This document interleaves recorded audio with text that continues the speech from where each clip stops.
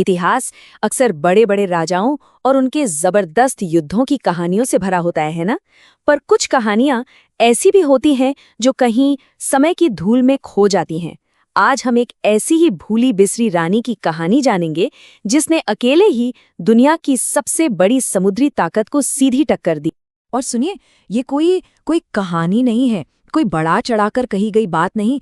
ये रानी अब्बक्का की हकीकत है। उन्होंने सिर्फ जंग ही नहीं लड़ी, बल्कि उस दौर की सबसे ताकतवर, सबसे शक्तिशाली नौसेना को दशकों तक भारत के तटों से दूर रखा। सोचिए जरा। तो चलिए इस असाधारण टकराव की कहानी में उतरते हैं। ये एक ऐसी कहानी है जहां एक तरफ है एक छोटी सी रियासत की रानी और दूसरी तरफ एक विशाल, बहुत बड़ा साम्राज्य। तो कहानी की शुरुआत होती है उल्लाल से। अब देखिए, उल्लाल कोई बहुत बड़ा साम्राज्य नहीं था। ये पश्चिमी तट पर बसा एक छोटा सा लेकिन बहुत ही समृद्ध राज्य था। और इसकी असली दौलत क्या थी? मसाले। और बस इसी दौलत ने एक बहुत बड़ी यूरोपियन ताकत का ध्यान अपनी तरफ खींच लिया। और वो ताकत कौन थी? पुर्तगाली साम्राज्य। 16वीं सदी में समंदर पर उनका एक छत्र राज था, मतलब कोई टक्कर में नहीं था। और उनकी नज़र थी भारत के मसालों से भरे इन व्यापारिक रास्तों पर। लेकिन उनका मकसद सिर्फ व्यापार करना नहीं था। जी नहीं, उनका मकसद था कब्जा करना।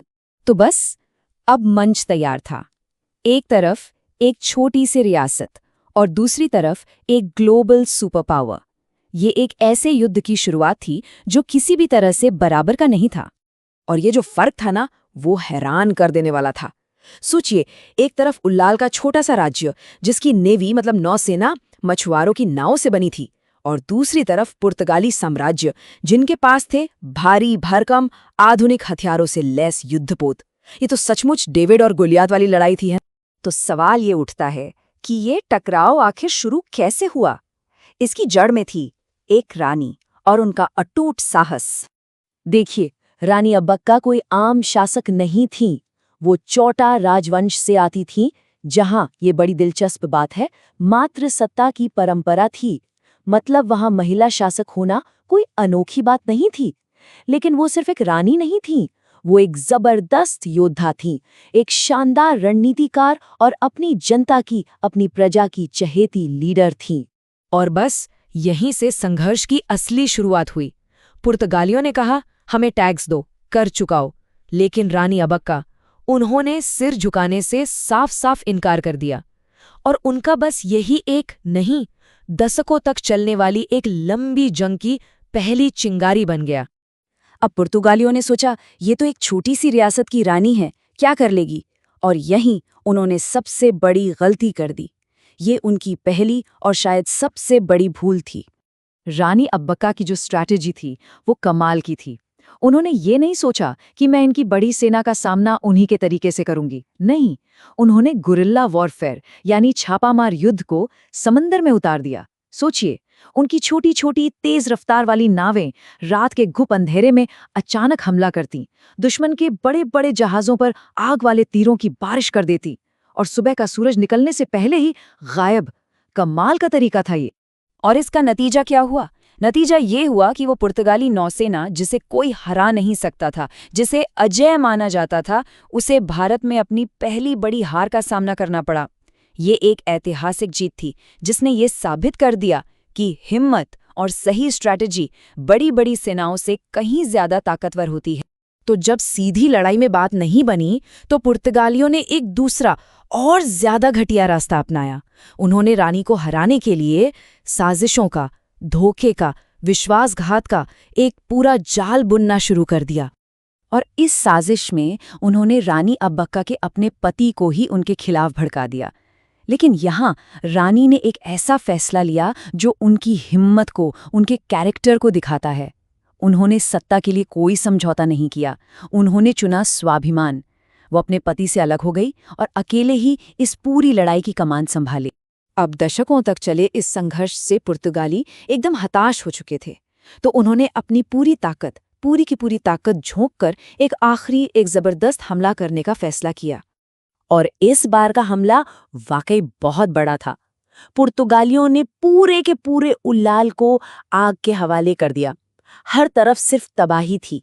बर्बादी का मंजर था। इस भयानक लड़ाई में रानी अब्बका लड़ते लड़ते बुरी तरह घायल हो गईं और आखिरकार उन्हें पकड़ लिया गया, बंदी बना लिया गया। एक पल को तो लगा कि बस कहानी खत्म, लेकिन ये रानी अब्बका की कहानी थी। उन्हें कैद तो किया जा सकता था, पर उनके जज्बे को, उनके हौसले को तोड़ना नामुमकिन था। जेल की सलाखों के पीछे होने के बावजूद रानी ने हार नहीं मानी। उन्होंने रात के अंधेरे में जेल तोड़ दी, अपनी बची खुची सेना को एक बार फिर से इकट्ठा किया और एक आखिरी जंग के लिए मैदान में उतर गईं। वो अपनी मिट्टी के लिए अपनी आखिरी सांस तक लड़ती रहीं। अब इतनी अविश्वसनीय, इतनी जबरदस्त कहानी होने के बावजूद भी रानी अब्बका का नाम इतिहास की किताबों में कहीं खो सा गया है। तो सवाल ये उठता है कि ऐसा हुआ क्यों? असल में होता ये है कि इतिहास अक्सर बड़े बड़े साम्राज्यों के बारे में लिखा जाता है। दिल्ली, आगरा, इन जगहों की कहानियां हम सब जानते हैं, लेकिन उल्लाल जैसे छोटे छोटे राज्यों के हीरोज, उनके नायक अक्सर भुला दिए जाते हैं, भले ही उनकी बहादुरी किसी से कम न हो। रानी अब्बका की ये लड़ाई सिर्फ एक लड़ाई नहीं थी।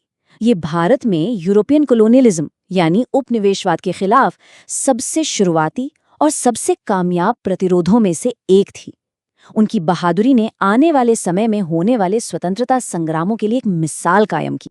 और ये बात उनकी विरासत को एकदम सही तरीके से बयां करती है कि अक्सर बहादुरी की सबसे बड़ी कहानियां इतिहास के ऐसे कोनों में छुपी होती हैं जिनके बारे में हम जानते तक नहीं, वो बस अपने सुने जाने का इंतजार कर रही होती हैं। तो रानी अब्बका की ये कहानी हमें एक बहुत जरूरी सवाल पर लाकर छोड़ देती है। सवाल ये कि इतिहास किसकी कहानियों को याद रखना चुनता है और किन्हें भुला देता है। और न जाने रानी अब्बका जैसी कितनी ही और वीरांगनाओं की कहानियां हैं जो आज भी अनसुनी हैं।